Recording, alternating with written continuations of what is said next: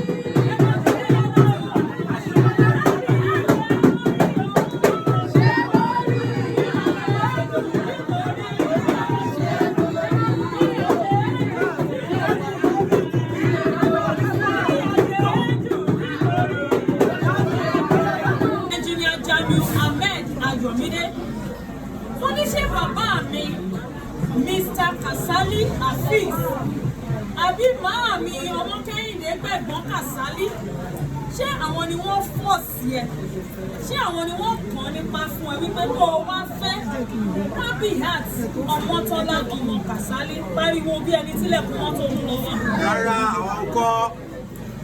Ẹjọ́ ṣe gbé sí tọkọyàwó fún mi ẹ̀gbọ́n àwọn ẹbí mi láwọn ò gbọ́ lẹ́yìn ó yàtọ̀ sọ o. Rárá àwọn kọ́. Ṣé ẹ ti gbọ́ báyìí? Ó wá béèrè ó ní ṣó bẹ̀bẹ̀ fẹ́ Rabiat Ọmọ́tọ́lá ọmọ Kasali àbó bẹ̀bẹ̀ fẹ́. Ó bẹ̀bẹ̀ fẹ́ o. Ṣé gbé sí tó fún mi? Mo tún béèrè lẹ́lẹ́kejì. Engineer Jamiu Ahmed Ayọ̀mídé ṣó bẹ̀bẹ̀ fẹ́ Rabiat Ọmọ́tọ́lá ọmọ Kasali àbó bẹ̀bẹ̀ fẹ́. Ó bẹ̀bẹ̀ fẹ́.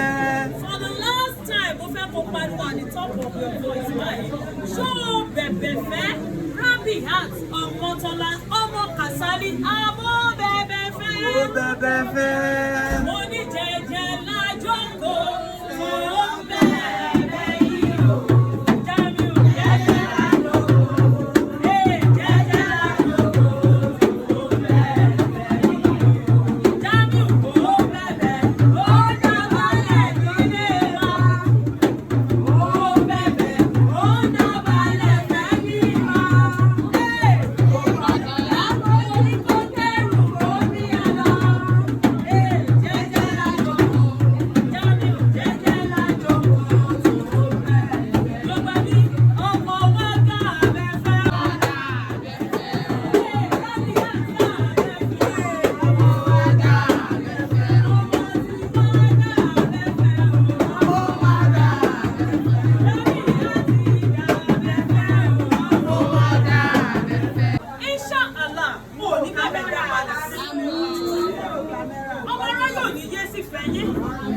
ìfẹ́ yín àdálẹ́ làhàlà làkúwátá